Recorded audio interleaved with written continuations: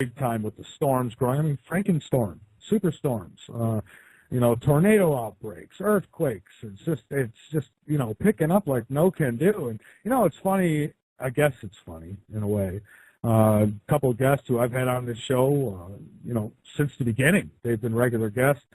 Dr. Rand and John Moore, and while through the years we questioned much of what they told us, and one thing that they both did agree on and inform us of is how, at this point in time, I mean, they said from 2010 on that the storms would increase, the earthquake activity, the volcanic activity would all be picking up, that there would be noticeable changes on this planet, and I don't think anybody can argue that they were right about this. So if they're right about that, what else might they be right about? And, what might Gordon be right about? Because he's been talking about this kind of thing for a long time as well. And he's going to talk more about it with us here tonight. So, Gordon, welcome back to Late Night in the Midlands, my friend.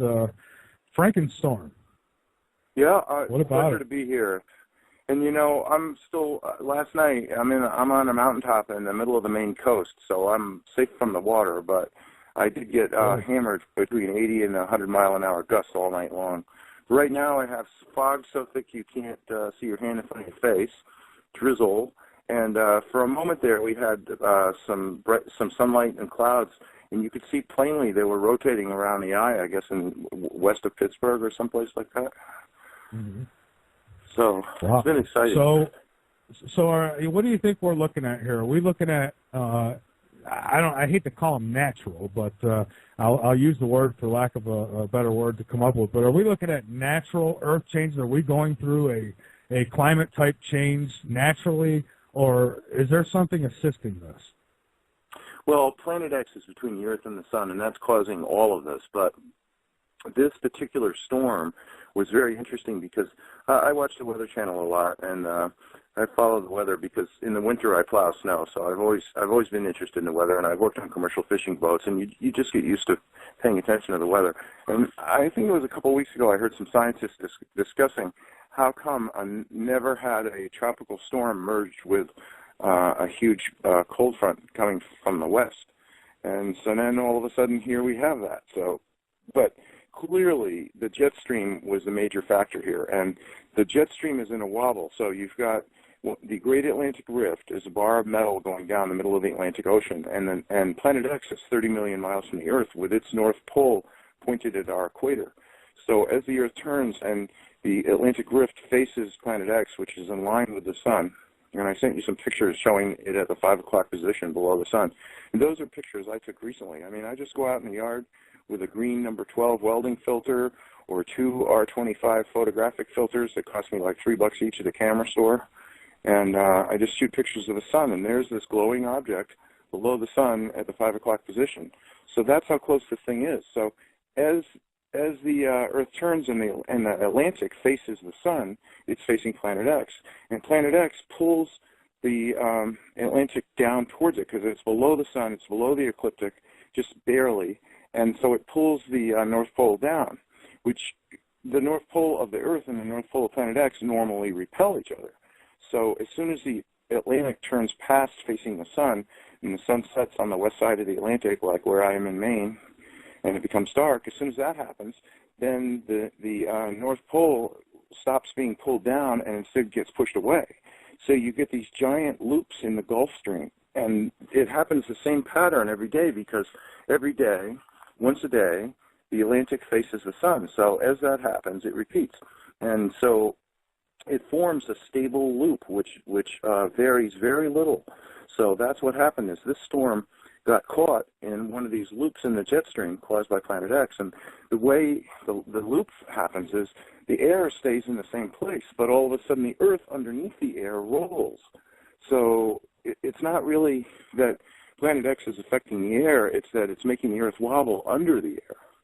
So the jet stream normally would flow pretty straight from west to east. So it will come off the Pacific and go straight across North America and off into the Atlantic, and that's that. And because of the wobble of the Earth, it's made the jet stream into these huge loops that repeat. And that's why, like, I'll tell you, Maine is famous for, like, 5 or 6 days out of 7 are gorgeous. And okay, you can get rain and snow the other 2, but this year we've had 6 days out of 7 rain and fog. Whereas just to the west of us, we've had drought. And then the same thing is true on the other side of the Atlantic. Western Europe has been soaked in rain, drowned in floods, fog, rain, and wind. And then just to the east of that, in Russia, they've had drought. And then all the way around the world, in China, they've had floods. So this is a pattern that, if it was just a random wobble, then who knows what you'd get. But the fact that it repeats every single day makes a pattern that makes a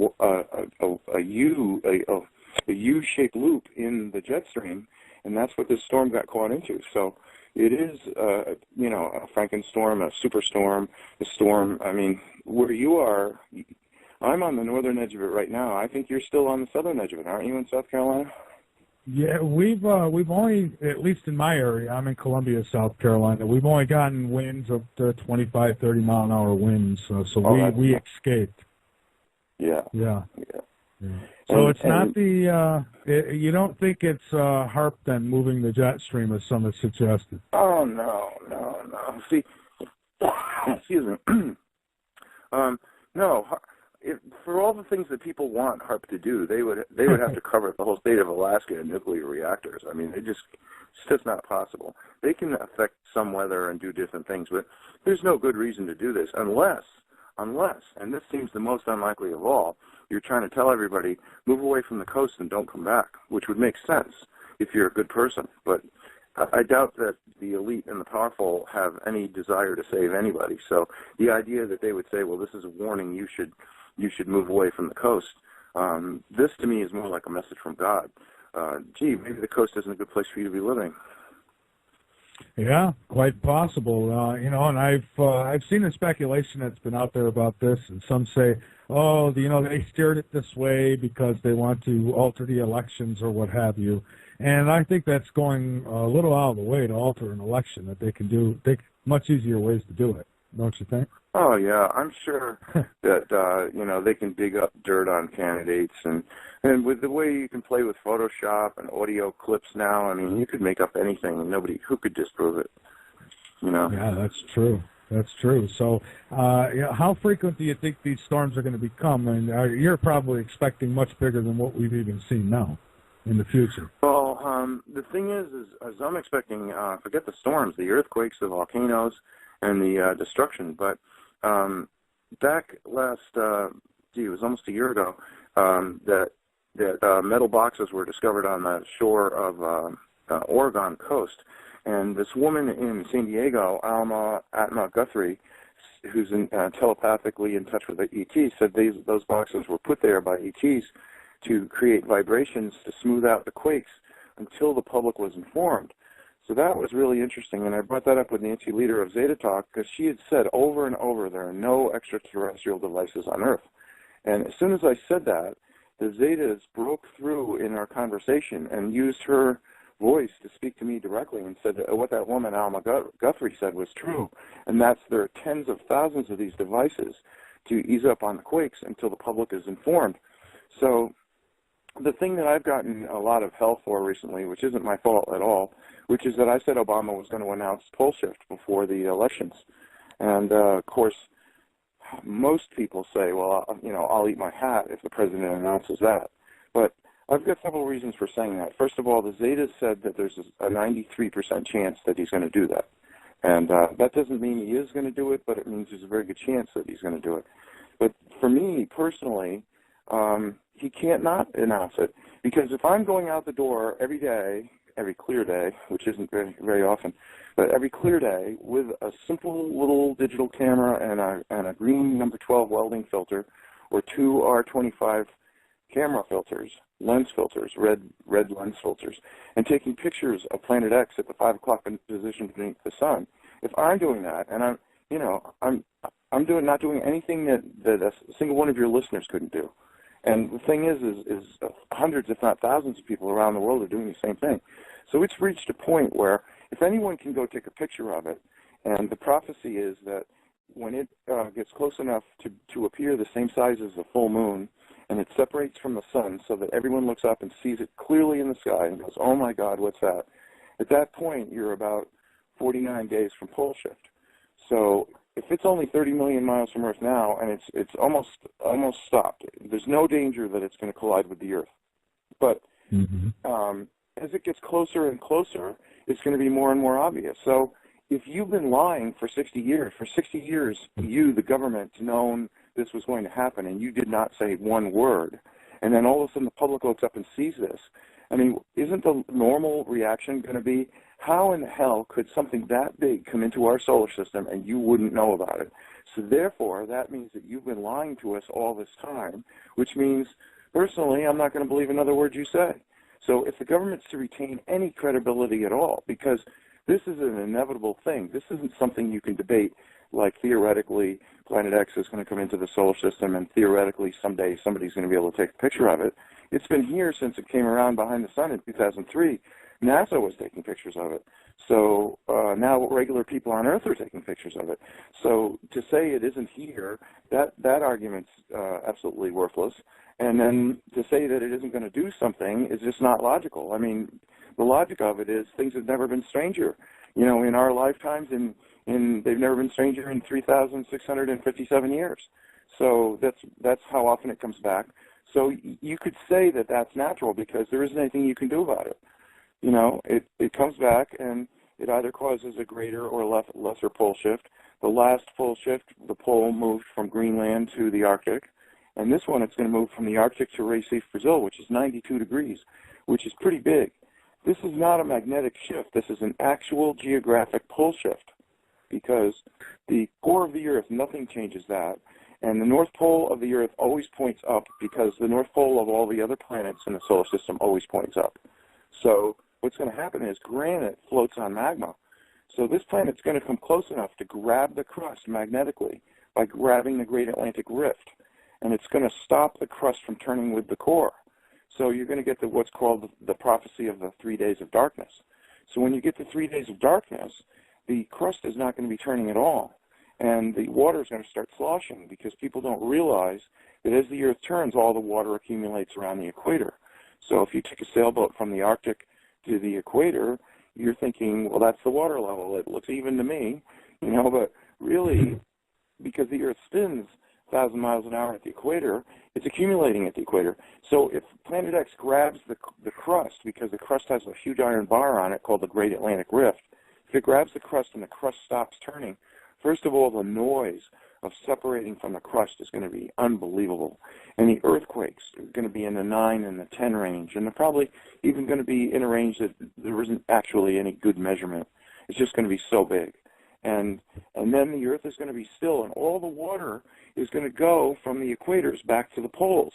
So you're sitting there in the UK, or you're sitting there in Greenland or in Maine, and all of a sudden what looked like a normal high tide is going to be nothing because the water is going to come back 50, 100 feet higher than that because the water from the equator is going to try and head back for the poles. Then, as Planet X comes from below the sun, below the ecliptic, and goes up past the Earth, it's going to grab the Atlantic Rift for a while and then let go of it. When it lets go of it, that's when the eastern tip of Brazil will be over the North Pole.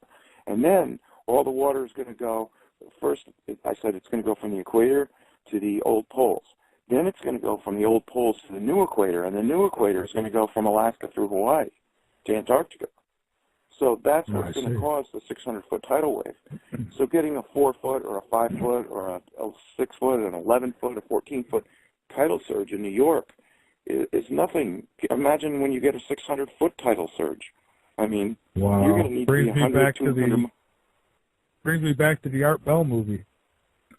Yeah. So, yeah. And it won't necessarily be a breaking wave. I mean, there were some waves on top of the surge yesterday, but it was basically the surge just coming in from, and it was from the low pressure of the storm, and the wind, they call the wind the fetch. The longer the fetch, the bigger the waves, the bigger the surge. So here you had a giant circle, 1,500 miles in diameter, the outer edge of it's coming at New York from the northeast and filling up Long Island Sound and pounding water up against the shore, and it has no place to go because New York is basically a corner in the coast. So I think I was going to say, Gordon, I think that, you know, a lot of people are waiting for the obvious. They're waiting for it to be obvious in the sky. You know, you could put a million pictures out of this, and, you know, people will still say it's reflections, it's, you know, this and that and the other thing. No, I know, And, flares. yeah, and I got to be honest, Flare. it is hard for somebody who don't believe in this. It's hard for them to accept that. And I think that's what they're waiting for. We're waiting to see it in the sky. Well, And that's why I tell people, take your digital camera, go take a picture of the sun, and tell me that's normal, because it isn't. There's a huge bright area because Planet X has a tail of dust and rocks and moons 5 million miles long. So when you look at the sun, you can't see a disk anymore. What you see is this giant oily cloud of dust around the sun. So the sun seems brighter. I mean, how many people say, well, the sun seems different, light seems different? The way you measure the color of light it's called color temperature. The color temperature of light has changed, and that's because the sunlight is filtering through this giant cloud of red oxide dust. And you know, I have a friend in Colorado. He said the sun rose about to the right of where it normally should have risen because he drives his kids to school every day, and when he turns out of his development to go onto the highway, the sun is always to the left of his car, and this morning it was straight on, and it could not possibly have normally, astronomically, decided to rise at that position. The thing is, the Earth is wobbling, so it isn't the sun is moving, it isn't that the moon is moving, it's that the Earth is moving, and it looks like it's, you know, because you're on the Earth, so you think, well, the Earth isn't moving. You think, well, it's the sun that moved or the moon that moved, but really it's the Earth that moved. So we are in a giant Earth wobble, and I mean, look at that earthquake that was off Vancouver Island. Now, the true magnitude of that, the U.S. Geological Society for about 2 years now has been discounting quakes by 1.3 on the Richter scale. So if they say it's a 7.7, it's really a 9. And they're doing that intentionally. That's to fool people. Yeah, they changed that a while ago. Yeah, so you know, I was saying to people, well, the next one to go, there's going to be a quake in California, and sure enough, yesterday there was a quake in downtown L.A., and they said that was a 3.5, so that means it was more like a 4.8, but it was in downtown L.A. So I figure the next most logical one is San Salvador, Costa Rica, and immediately a couple of volcanoes just came alive in Costa Rica today. They've been silent for 6 years, so the net effect of what's going on in the Pacific is the Pacific's going to narrow, the Atlantic's going to widen, and you've got to have quakes doing that. Now, the question is, shouldn't these quakes have already started occurring? Well, yes, they should have. So why haven't they? Well, what if the extraterrestrials put little vibrating boxes all over the Earth on the faults to release the pressure gradually in order to be an incentive for somebody like Obama to address this question in public announcement? So that was what I said because the Zeta said it, and when they said it, I knew it made sense because the thing is, if you just wait until there's disaster, everybody looks up at the sky and goes, oh my God, we've got to get our gun and riot, you know, because this is the end times. So how much better would it be for the government, and they'll say, well, and the government didn't tell us about this, they're lying, you can't trust anybody. But if the government announces it, then they can, once it gets really desperate, then they can say, well, it's a national emergency. And then nobody is going to blame the president. They're not going to say, they're going to say, well, it wasn't his fault. He can say, well, it was national security. I didn't find out about it till recently, and I wasn't allowed to say anything, and now I am. So I'm telling you that this is a reality. I wish I didn't have to say it, but, and see, then you can say, well, it's not the president's fault. It is a national emergency. We should all work together. And then if there's a big outbreak of looting and rioting, people will say, well, that's wrong because we should all share and work together to survive because this is bigger than all of us. But if he says nothing, and then all of a sudden it becomes obvious and people go nuts, and then he declares martial law, then all these military patriot types are going to say, see, we told you, we knew it was coming, martial law, now it's civil war, get your gun. And so the result is going to be far worse. Now, a lot of people say, and I have to agree, that I don't think martial law would last more than a week because, you know, I don't think anybody's going to put up with that. And no, I don't either. especially the Patriot movement, which I'm not a part of, but I get lots of emails from them, and I know what they're saying and what they're interested in, and they're all wondering, well, the military are being moved around, we've got foreign troops in the country, we're building these strange railroad cars that could shackle like people. They ordered 102,000 of them. What are they going to do with those? They've got FEMA camps. They've ordered all these coffins. I mean, there's a lot of evidence that the government's getting ready. And then you've got Social Security is going to arm themselves with hollow point bullets. I mean, come on. I thought these people were supposed to be handing out your own money. It's your money. You earned it. They're going to be armed with hollow point bullets. I mean, they're going to arm the NOAA people, the fishery people, with hollow point bullets. I mean, so there are lots of signs, and they're pieces in a giant puzzle. And when you put it together, it's like, oh yeah, something big is about to happen. And I'm trying to go on your show to tell everyone what it is. And I appreciate that, and I want to comment on a few of the things that you had mentioned. Now, I haven't noticed the sun out of place myself because, I sleep mornings, so, but I have noticed the moon out of place not long ago. I haven't really kept track as of late, but, one night I'd come out and it'd be in one spot. The next night I'd come out and it'd be totally, way across the sky in another spot, and I'm thinking, how can that happen like that? It's so I've noticed some strange things, and I'll tell you a couple. I don't know, these could be cover stories that have been put out, but one story goes that there's supposed to be a supernova in a galaxy near us, and they say, well, if you see this bright object in the sky, don't panic. That's what it would be. You'd be seeing the light from this supernova, and I'm thinking, are they trying to prepare us for possibly seeing this thing in the sky? And another is this comet that's supposed to come by. It's supposed to be the brightest ever. And I just wonder if they're not preparing people for seeing this type of stuff in the sky. What they're doing is everybody, the Pentagon, the White House, Congress, all the leaders around the world have all been reading Zeta Talk. So they know that Zeta Talk and what Zeta Talk has said, which is that it's going to come around from behind the sun in 2003, and then it's going to stop moving. They just keep coming up with them. There's going to be an asteroid showers, or there's space junk, and that accounts for the rocks, which are actually rocks from the tail of Planet X. There's going to be comets, and God knows it isn't here yet. It's a comet. It's going to be way out. It's going to be obvious. Oh no, it's going to be a supernova.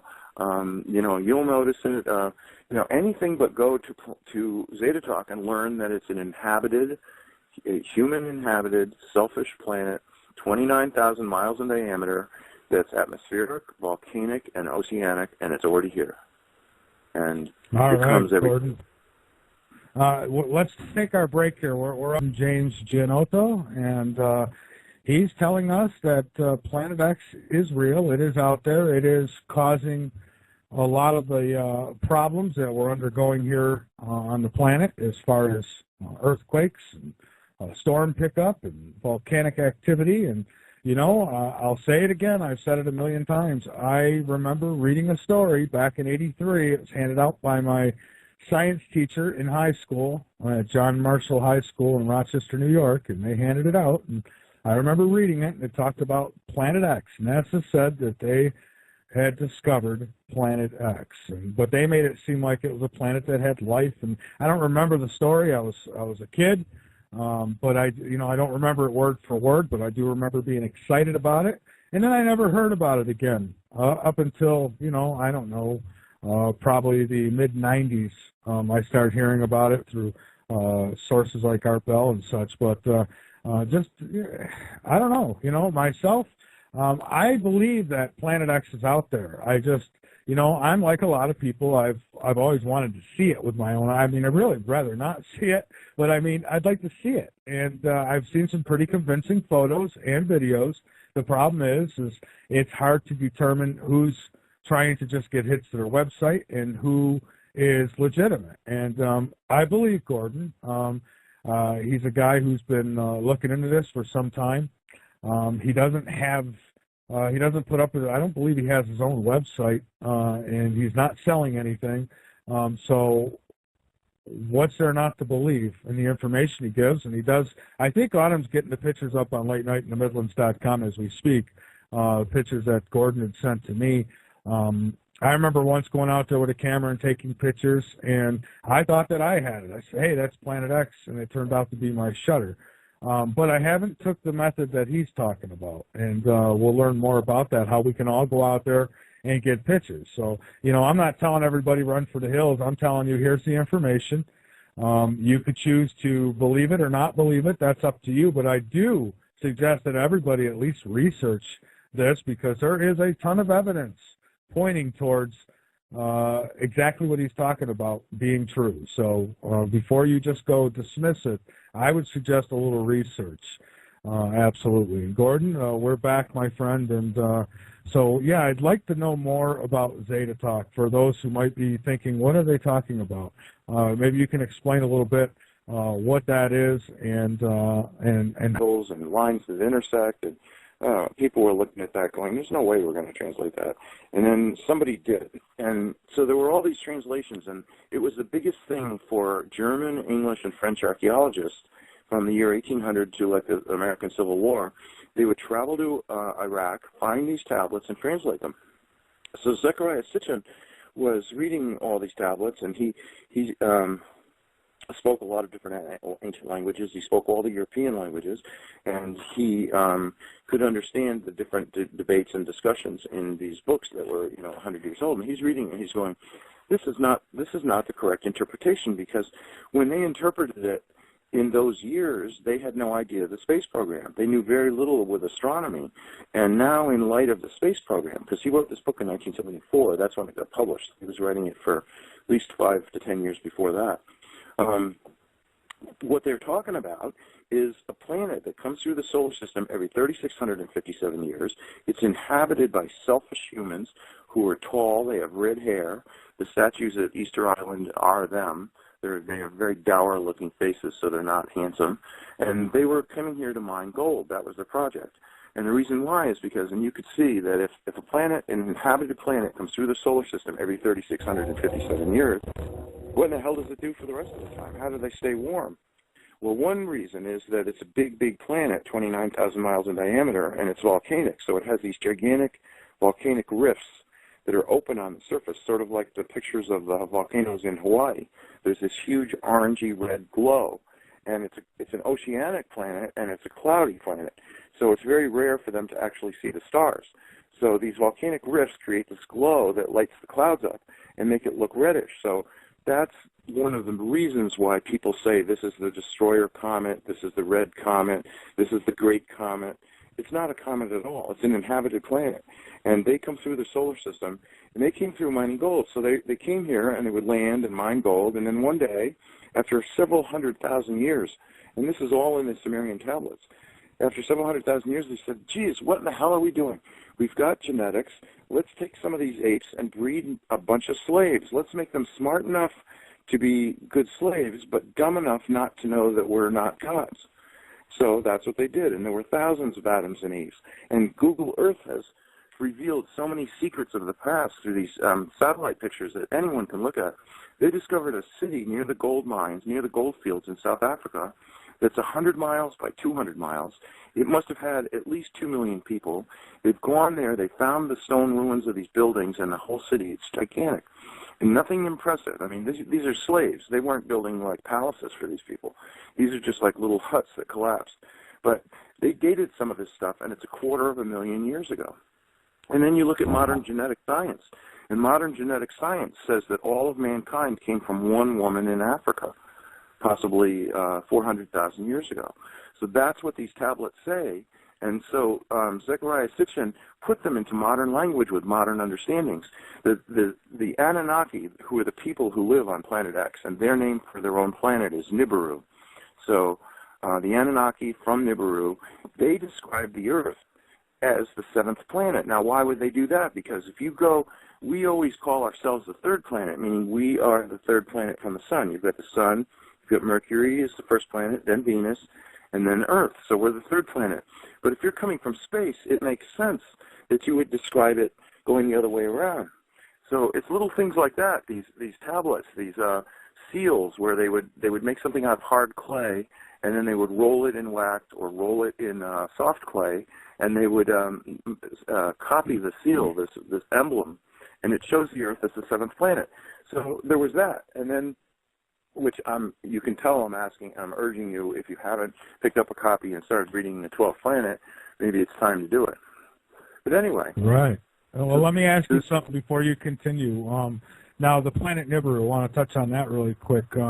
How is it possible to, I'm not saying it's impossible because, we've learned a lot, but how is it possible to withstand, I guess, the stable magnetic field and all the things that they would need, I guess they would need because we need it. How do they sustain that with a planet traveling through space? Could that be possible? Yes, it's got deep, deep oceans, and water has the highest specific heat of any substance on Earth. So it takes more heat to heat water, and water holds more heat than any other substance. So if you have a certain amount of warm water, and you have a certain amount of warm anything else, doesn't matter what it is, gold, stone, granite, clay, whatever, wood, it takes more heat to heat the same amount of water. And once it's heated, it holds heat more than anything else. So that's one thing in their advantage. The second is that they have a much bigger molten core than the Earth does. So it's a lot warmer on the surface anyway because all this magma is constantly welling up. And so, but still it gets cold. So they figured out in their great wisdom that the only way they could expand and grow and be happy and not suffer these climate changes was to get gold and powder it and put it in the atmosphere and use it like a space blanket. And they tried it, and it worked like crazy. So you have the Mayans. Now everybody talks about 2012 and the Mayan prophecy. The Mayans were some of the slaves. The Mayans didn't have computers. They didn't have telescopes, and yet they knew the positions of the planets better than NASA until the 1970s. And they had incredible calendars, incredible. Where did these people in the jungles of Central America get the idea for that? Well, I'm going to tell you right now, they were controlled slaves through fear, and they sacrificed people, and they said, "You're going to learn this, or else we're going to kill you." And it was only Jesus. When Jesus came, he was the first person to say you don't have to kill something to worship God, because the Anunnaki were pretending to be God. They had the spaceships, the lasers, the atom bombs, they had the rockets, they had guns, they had all this technology, they had writing, they had manufacture of clothing, they had everything that everyone would want. And so they said to everybody, look, we're God. You do what we say or else we'll kill you. So the Mayans were told, this is the calendar. You better memorize it because we are coming back. And when we come back, you damn well better have a lot of gold ready for us, or else we're going to start killing everybody again. So that's the Mayan story right there. The Mayans were like totally subjugated with fear. And they had to sacrifice, kill things, virgins, captured slaves, captured armies, their best friends. Didn't matter. You had to kill in order to worship God. And what kind of a God is that? That isn't a God. It's a selfish extraterrestrial that's trying to scare the hell out of the slaves so they'll go mine some more gold. So that's what was going on the Earth. And that's what this 2012 is right in the period when Planet X is floating in space between the Earth and the Sun, and they could be, except that they're banned, but they could be landing spaceships from Nibiru, from Planet X, on Earth and saying, where's our gold? So they're not, because unselfish extraterrestrials said, that's it, you've overextended your stay. You're not welcome. You're like a house guest after 3 days. Get out of there. You're ruining everything. And so they were banned. So they can't come back. They'd love to come back, but they can't. Well, wouldn't they get a surprise if they were to come back now? Because especially if they landed in the United States of America, they'd have a real problem going door to door telling people, hey, get out here and dig up my gold for me. Oh, yeah. Yeah, no, nobody would stand for it. And they may be 7 to 12 feet long, tall, but they die like anyone else, and bullets will kill them. They're not welcome, and they're not even trying, because every time they try, something goes wrong with their rockets or it goes wrong with their technology, and they pretty soon they got the idea, oh, we're not allowed to go to Earth anymore. So, do you think it's possible that the government knows about this, and maybe, I don't know, I go out on a limb, but maybe that's why gold prices have gone so high. Yeah, and not only that, but the government actually worries about just what you said. Well, what if they come back and land? What are we going to do? And you know, Nancy at Zeta Talk has told them several times, you don't have to worry. They're not allowed here, so they're not coming back. So forget it. And you're not going there either. If you try and go to Planet X and land like a manned mission on Planet X, before you even get part of the way there, something's going to go seriously wrong with your electronics, and your whole mission's going to fail. So don't try it. So everybody has the idea, and but Nancy Leader is a very nice woman who lives in Wisconsin. I've gotten to know her quite well, and she's very sincere. She's very honest, and she volunteered at childbirth to be a telepath for the Zetas. Now, the Zetas are unselfish humans. They're known as the little grays, and you've got to understand that it's the same up there in space as it is down here on Earth. So it doesn't matter what you're talking about. You're talking about cats and dogs on Earth, people on Earth, extraterrestrials, reptilian extraterrestrials, worm extraterrestrials, octopus extraterrestrials.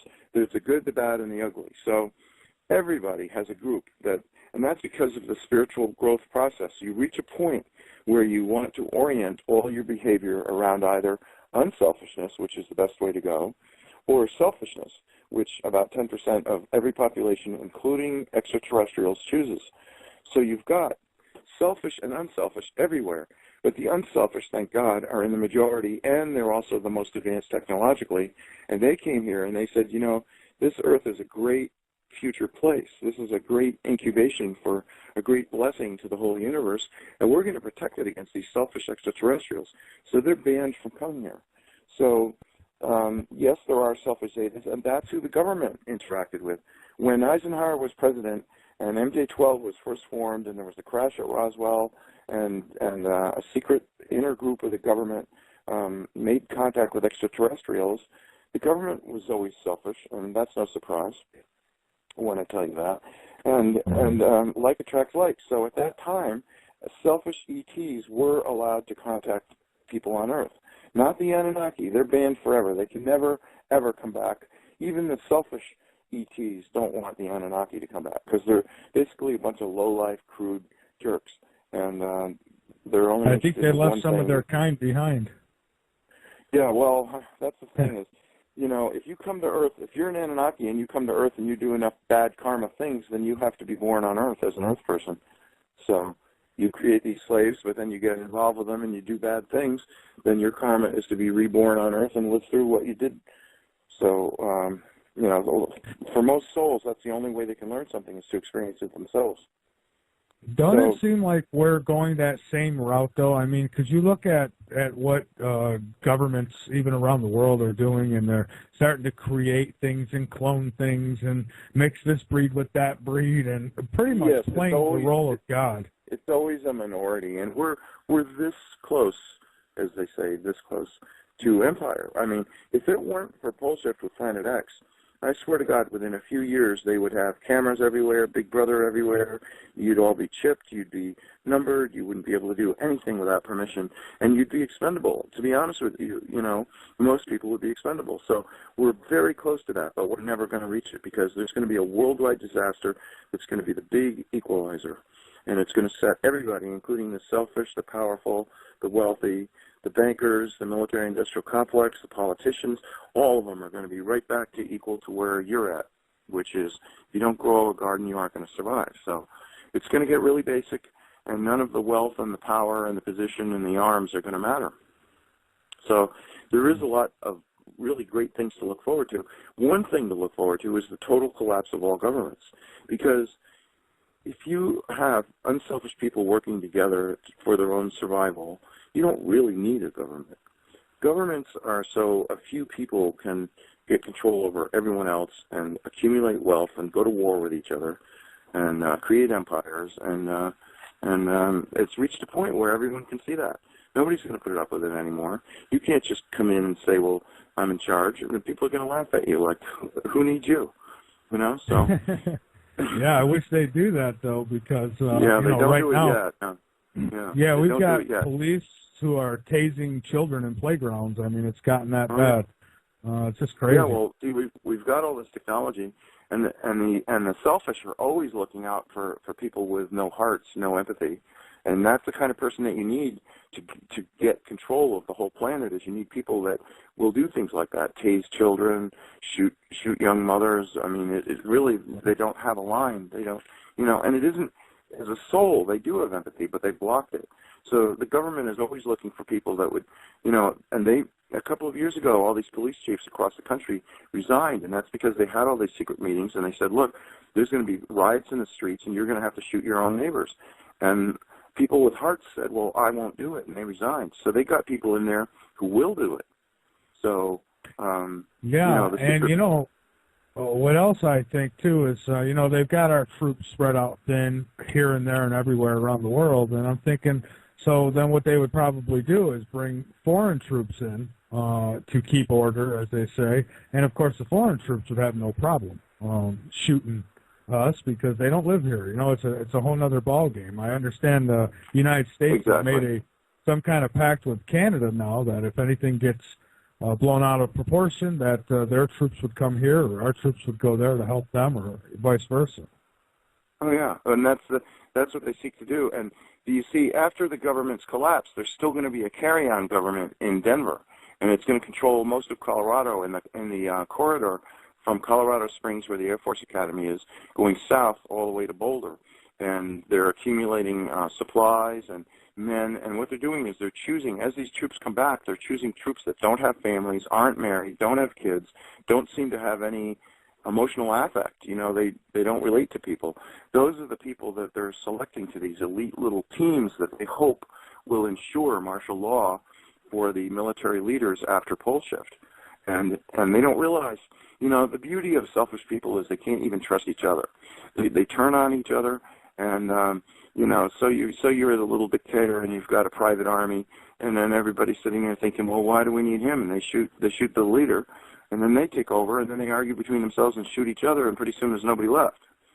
So, I just seen a movie, something like that. There was I believe, a nuclear war, and these people were down in some basement shelter, and that's exactly what happened. It come down to a woman pretty much screwed everybody over. She was the last one standing, and when she come out in her little space suit, there was nothing left. So enjoy it. You're all alone now. Yeah. So so anyway, around 1995, the Zetas started speaking through Nancy Leader in Wisconsin, and she started this website called ZetaTalk.com. And there's 6 mirror sites or 7 mirror sites. It's published in every language in the world through volunteers, translate everything. And it is questions asked by the public. So in other words, Nancy's not like loading the deck. She takes questions from the public since 1995. And then she asks the Zetas, and they telepathically give her the answer, and she writes it down and puts it on the website. So what you've got is 39,000 pages of questions from the public with answers from unselfish Zetas. So I can say, go read it, and then most of you aren't, because and a lot of people have heard, well, Nancy lies and she makes stuff up, but there's people who say there's no such thing as extraterrestrials, the government would have told us, there's no such thing as telepathy, there's no such thing as, and if there are aliens, they're all lying bastards and you can't trust any of them, they're just trying to take over the earth, and, it's just like ridiculous. So, but the point is, it is the single most amazing body of information since Edgar Cayce. Now, probably you're aware that Edgar Cayce did 14,000 life readings for people while in a trance. And every question he was asked and every answer he gave was written down, and it's all in a library in Virginia Beach, Virginia, called the Association for Research and Enlightenment, which is known as the ARE. And you can read these life readings. Well, Nancy's 39,000 pages surpass it by many, many times. And so then they started this separate website, poleshift.ning.com. Now, ning.com is a private business, and it allows you to start a membership club if you wish. And so some of Nancy's followers, and it's not a cult, and she doesn't have rules, and you're not required to pay anything, you don't have to be give money, and she does all of this out of her own pocket. She doesn't charge a single thing for you to go to Zeta Talk and read it. It's all free. And the same with poleshift.ning.com. But these people in Europe started this website called poleshift.ning.com, and that is where you ask the questions that Nancy asked the Zetas. So after all these years, since 1995, 17 years, a lot of questions have been asked, and Nancy will review the questions, and she will not answer any question that's been asked before. And if you keep asking questions that have been asked before, she'll get really upset with you and not even listen to anything you say, because she feels that this is such an important issue that you should be able to do your own research. And there's a Google search engine on Zeta Talk, and any question you might have, you can do a Google search. I mean, it's so compelling that if you just start reading at page 1, paragraph 1, sentence 1, I don't know how you could ever put the book down, because it's just totally fascinating. It describes the history of Earth, the future, the meaning of things that are going on now, what can be done about it. And the Zetas are trying to warn people about pole shift and what they can do, because the government has known for 60 years and not told anyone. That's right. So, Gordon, we've got a short break. Okay, yeah, well, we're going to get right back to that, right, with a question or comment. And make sure you get over to www.latenightinthe.midlands.com, become a member, and be informed. And by all means, inform others. Very important. And make sure you check out the other shows that come on this network. Starts at 10 a.m. Here on the LNM Radio Network with Tough Reality. And there's shows that go on through the day right down to the last, which is me, Late Night in the Midlands. And, yeah, you know, how many times have we heard, especially when I was on the other network, you know, oh, no, they're all fallen angels. And I don't see why fallen angels would need spaceships. It just never made sense to me. But, hey, you know, to each their own. I'm not criticizing. Could be right, just like the guy who called in and said dinosaurs were intelligent. Hey, I don't believe so, but it's possible. All right, Gordon, we're back. And yeah, you know, I hear so many times, oh, they're fallen angels. And it's usually from the religious groups who classify them as fallen angels. And well, I don't think so. The religious groups. You know, you've got somebody 2,000 years ago writing descriptions based on what they know then. And, you know, there just wasn't a place for selfish extraterrestrials to fit into that picture, because the technology and the science wasn't around to do it. But now we know, you know. So, look, if somebody wants to say that somebody's a fallen angel, you know, I don't disagree, because if somebody's selfish, what do you care whether they're extraterrestrial, selfish angels, or what? They're still dangerous. Keep away from them. And you march around the city 7 times a day for 7 days, and on the 7th day, the walls will come down. But you have to give us all the gold and silver that's in the city of Jericho, or else it won't work. So Jericho goes, fine, Joshua goes, fine, no problem. So he gets the instrument, and he does what he's told, and the walls come down. So what does he do? He goes in and he slays every man, woman, and child in Jericho. Not one single soul in this huge city, not one single soul survived. They were all put to death by the Jews. And what did they do? They stripped the whole city of gold and silver and gave it to the eternal host.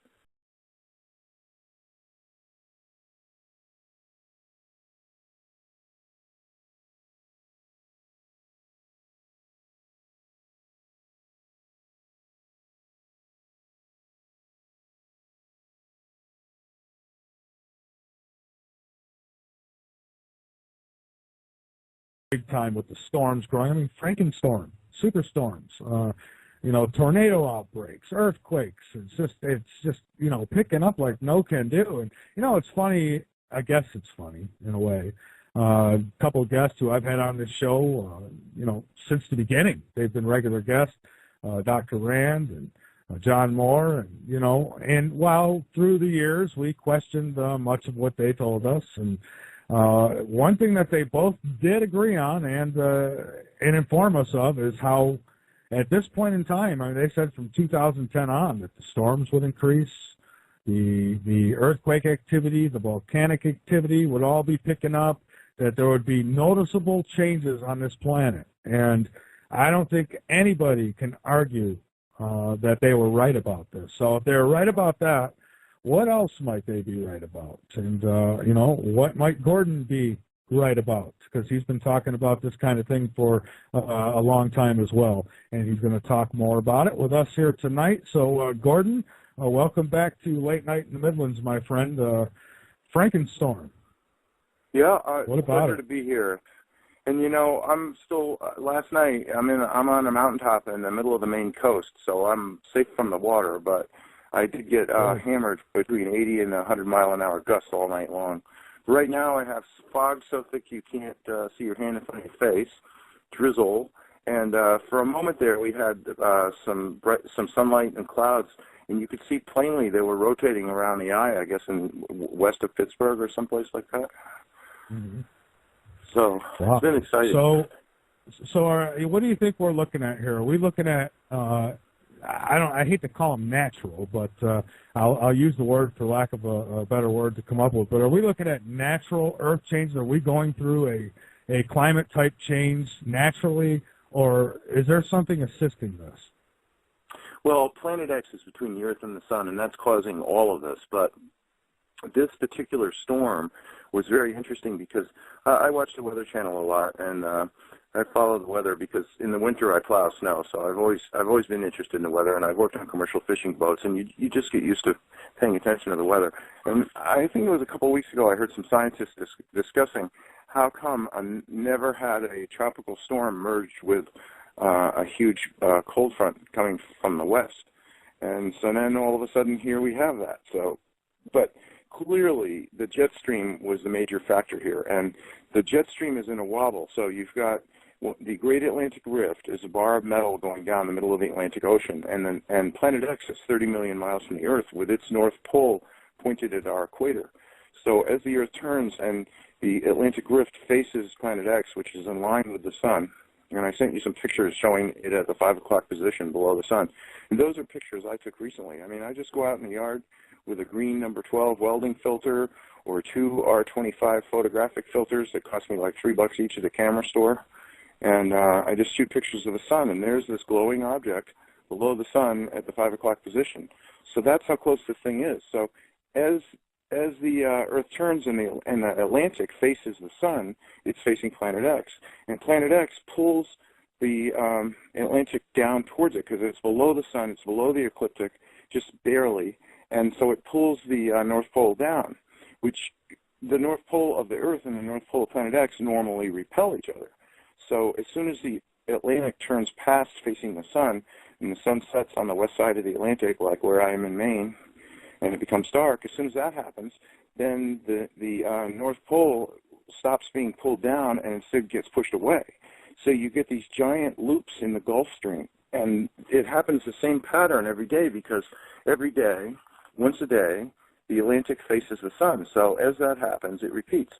And so it forms a stable loop, which varies very little.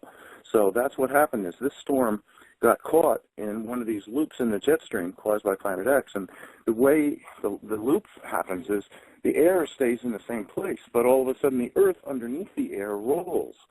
So it's not really that Planet X is affecting the air, it's that it's making the Earth wobble under the air.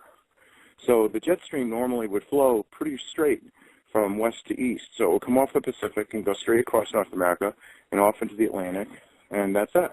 And because of the wobble of the Earth, it's made the jet stream into these huge loops that repeat. And that's why, like, I'll tell you, Maine is famous for, like, 5 or 6 days out of 7 are gorgeous. And, okay, you can get rain and snow the other 2, but this year we've had 6 days out of 7 rain and fog.